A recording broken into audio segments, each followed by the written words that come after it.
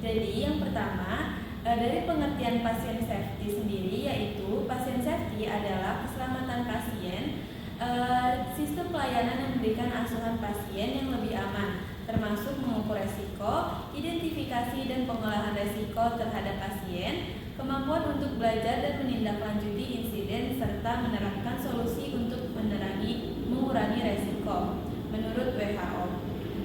Nah, lalu di sini juga ada tujuannya. Yang pertama, mempercepat proses penyembuhan. Yang kedua, memperpendek masa rawat pasien di rumah sakit. Yang ketiga, mencegah cedera pada pasien. Yang keempat, terciptanya budaya keselamatan pasien di rumah sakit. Lalu yang kelima, meningkatnya akuntabilitas rumah sakit terhadap pasien dan masyarakat. Yang keenam, menurunnya kejadian tidak diharapkan di rumah sakit. Yang ketujuh, terlaksananya program-program pencegahan sehingga tidak terjadi pengulangan kejadian tidak diharapkan. Lalu selanjutnya di sini ada isi kebijakan. Yang pertama yaitu hak pasien. Jadi di dalam hak pasien ini harus ada dokter penanggung jawab pelayanan. Dokter penanggung jawab pelayanan wajib membuat rencana pelayanan. Lalu dokter penanggung jawab pelayanan wajib memberikan penjelasan secara jelas dan benar kepada pasien dan keluarganya tentang rencana dan hasil pelayanan, pengobatan atau prosedur untuk pasien termasuk kemungkinan terjadinya kejadian tidak diharapkan. Lalu yang kedua, mendidik pasien dan keluarga. Di sini yaitu memberikan informasi yang jelas, benar dan jujur, mengetahui kewajiban dan tanggung jawab pasien dan keluarga, lalu mengajukan pertanyaan-pertanyaan untuk hal yang tidak dimengerti. Lalu memahami dan menerima konsekuensi pelayanan, mematuhi instruksi dan menghormati peraturan rumah sakit, memperhatikan sikap dan menghormati dan juga tenggang rasa, lalu memenuhi kewajiban finansial yang disepakati. Lalu yang ketiga, keselamatan pasien dan kesinambungan pelayanan. Yang pertama yaitu terdapat koordinasi pelayanan secara menyeluruh, mulai dari saat pasien masuk, pemeriksaan, diagnosis, perencanaan pelayanan, tindakan pengobatan jika ada rujukan, dan saat pasien keluar dari rumah sakit.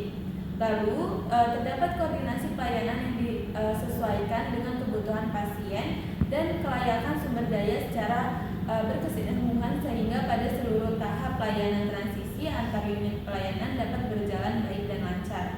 Lalu terdapat koordinasi pelayanan yang mencakup peningkatan komunikasi untuk memfasilitasi dukungan keluarga, pelayanan keperawatan, pelayanan sosial, konsultasi dan rujukan, pelayanan kesehatan primer dan tindak lanjut lainnya.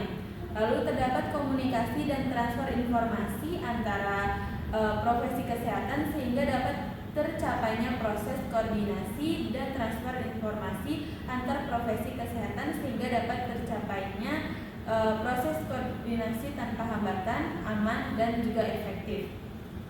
Lalu yang keempat, penggunaan metode peningkatan kinerja untuk melakukan evaluasi dan program peningkatan keselamatan pasien.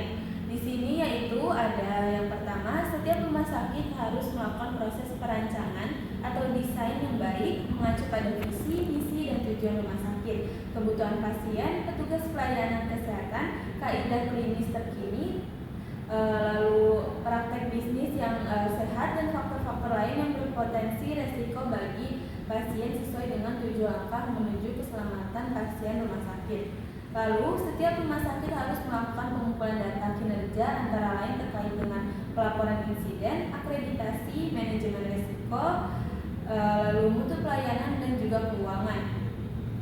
Lalu setiap rumah sakit harus melakukan evaluasi intensif terkait dengan semua kejadian tidak diharapkan dan secara proaktif melakukan evaluasi satu proses kasus risiko tinggi. Lalu setiap rumah sakit harus menggunakan semua data dan informasi hasil analisis untuk menentukan perubahan sistem yang diperlukan agar kinerja dari keselamatan pasien terjamin. Yang kelima, peran kepemimpinan dalam meningkatkan keselamatan pasien. Yang pertama, disiplin untuk mengelola program keselamatan pasien. Lalu tersedia program proaktif untuk identifikasi risiko keselamatan dan program meminimalkan insiden yang mencakup jenis-jenis kejadian yang memerlukan perhatian, mulai dari kejadian yang cedera atau near miss sampai dengan kejadian tidak diharapkan atau adverse event. Lalu tersedia mekanisme kerja untuk menjamin bahwa semua komponen dari rumah sakit terintegrasi dan berpartisipasi dalam program keselamatan pasien. Lalu tersedia prosedur cepat tanggap terhadap insiden termasuk asuhan kepada pasien yang terkena musibah, membatasi risiko pada orang lain dan penyampaian informasi yang benar dan jelas untuk keperluan analisis. Lalu tersedia mekanisme pelaporan internal dan eksternal berkaitan dengan insiden termasuk penyediaan informasi yang benar dan jelas tentang analisis akar masalah atau RCA, kejadian nyaris cedera atau NIRMIS, dan kejadian sentinel pada saat program keselamatan pasien mulai dilaksanakan.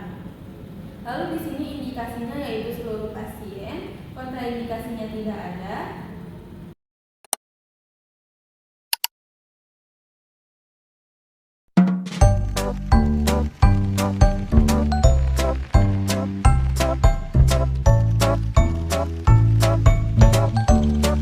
Assalamualaikum warahmatullahi wabarakatuh. Jadi di sini saya akan menjelaskan tentang SOP atau standar operasional prosedur tentang penggunaan gelang identifikasi pada pasien rawat inap.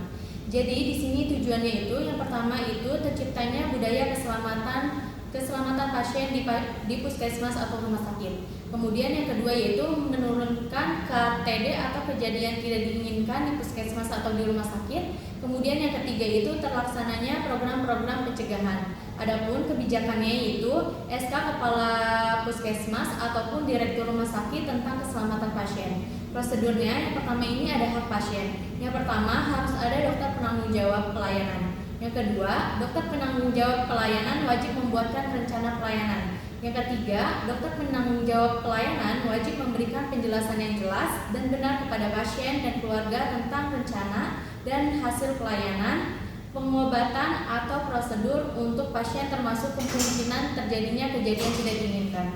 Kemudian ada mendidik pasien dan keluarga. Yang pertama itu memberikan info yang benar, jelas, lengkap, dan jujur. Yang kedua, mengetahui kewajiban dan tanggung jawab. Yang ketiga, mengajukan pertanyaan untuk hal yang tidak dimengerti. Yang keempat, memahami dan menerima konsekuensi pelayanan. Yang kelima, mematuhi instruksi dan menghormati peraturan puskesmas maupun rumah sakit. Kemudian yang keenam, memperhatikan sikap menghormati dan tenggang rasa. Yang ketujuh, memenuhi kewajiban finansial yang disepakati. Selanjutnya ada keselamatan pasien dan kesinambungan pelayanan. Yang pertama, koordinasi pelayanan secara menyeluruh. Yang kedua, koordinasi pelayanan disesuaikan kebutuhan pasien dan kelayakan sumber daya.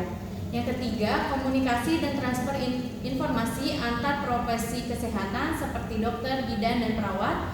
Kemudian ada penggunaan metode-metode untuk peningkatan kinerja untuk melakukan evaluasi dan program peningkatan keselamatan pasien. Yang pertama, puskesmas atau rumah sakit harus melakukan proses perancangan atau desain yang baik sesuai dengan 7 langkah menuju keselamatan pasien. Yang kedua, puskesmas atau rumah sakit harus melakukan pengumpulan data kinerja. Yang ketiga, puskesmas atau rumah sakit harus melakukan evaluasi intensif.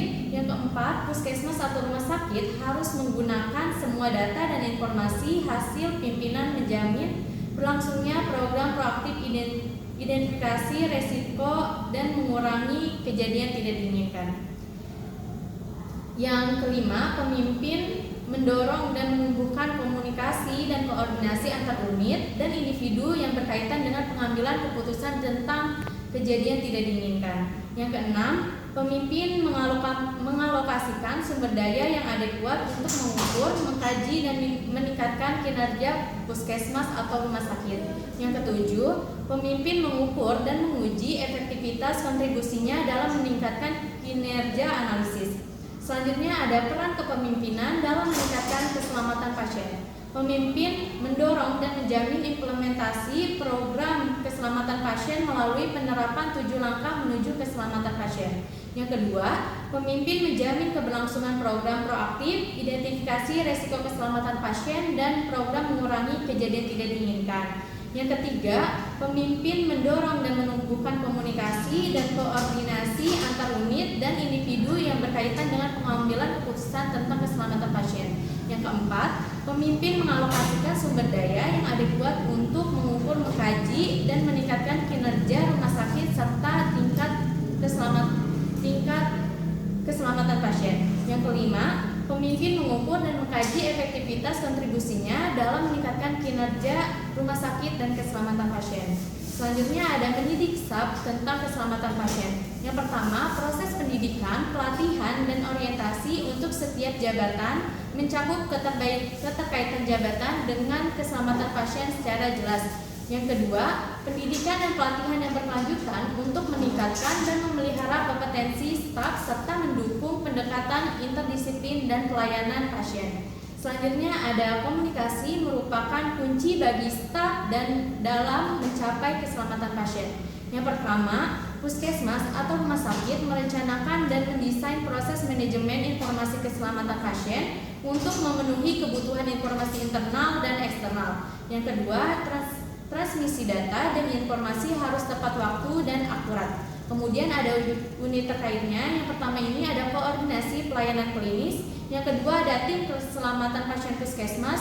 Yang ketiga, sistem informasi pencatatan dan pelaporan internal tentang insiden standar keselamatan pasien dan menetapkan 7 langkah menuju keselamatan pasien. Ibu, tadi Ibu telah diberikan obat ya. Nah, karena Ibu baru pasien baru di sini dan Ibu merupakan pasien resiko jatuh, di sini saya akan menyampaikan beberapa hal untuk menghindari resiko jatuh pada Ibu, karena jatuh itu bisa menyebabkan cedera serius ya. Nah, jadi nanti ketika Ibu tidur, keluarga ya Bapak bisa membantu untuk memasangkan pengaman kasur. Nah, ini kan belum dipasang ya Pak. Ini bisa dibantu untuk masangkan ini dan pastikan sampai terpasang dengan sempurna. Tandanya itu bunyi suara klep. Nah, seperti itu ya Pak, Bu. Nah, pastikan juga nanti ketika Ibu ke kamar mandi itu Bapak harus temani ya. Harus ditemani agar ibunya tidak jatuh. Lalu ketika di dalam kamar mandi nanti terus disediakan sendal di depan kamar mandi, itu harus dipakai ya Bu, karena kamar mandi itu kan licin ya. Jadi Ibu terhindar dari resiko jatuh. Di kamar mandi juga ada tombol emergensi Ibu, Bapak. Nah, nanti ketika terjadi sesuatu pada Ibu atau Bapak bisa langsung mencet tombol tersebut ya. Dan nanti perawat akan langsung datang untuk membantu. Nah, karena Ibu merupakan pasien yang resiko jatuh, saya di sini akan memasangkan stiker berwarna kuning ini, Bu. Nah, stiker warna kuning ini untuk tanda bahwa Ibu merupakan pasien resiko jatuh dan juga untuk menjadi tanda agar kita semua bisa memantau Ibu dengan baik seperti itu. Apakah Ibu mengerti? Mengerti. Baik, ini udah terpasang ya, yang sebelah sini dipasang juga ya, jangan lupa. Nah, saya izin untuk menempelkannya ya Pak Bu untuk stiker kuning ini. Iya. Terima kasih Bu. Iya, sama-sama.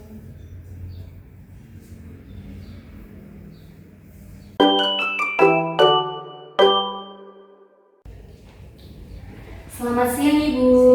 Nah, sebelumnya perkenalkan saya Bidang Sampah Natasha Kamila yang bertugas di ruangan pada siang hari ini Ibu. Karena kan Ibu baru masuk di ruangan pada siang hari ini Ibu, jadi Ibu juga belum terpasang ya Bu gelang identitasnya. Di sini saya akan memasangkan gelang identitas Ibu. Nah, tujuannya itu untuk memastikan bahwa tindakan dan obat yang diberikan itu sudah tepat pasien dan untuk menjaga keselamatan Ibu selama dalam perawatan di sini. Sebelumnya untuk mengkonfirmasinya ya Bu, Ibu bisa sebutkan nama dan tanggal lahirnya Ibu? Saya Zubrano, tanggal lahir 4 September 2000. Baik, untuk di gelang identitasnya nama dan tanggal lahirnya sudah benar ya Bu. Kemudian di sini juga nomor registrasinya juga sudah sesuai. Selanjutnya saya akan melakukan pemasangan gelang pada lengan Ibu ya Bu. Nah, saya pinjam dulu ya Bu, maaf. Ibu jika terasa longgar dan ketat, Ibu bisa bilang ya Bu.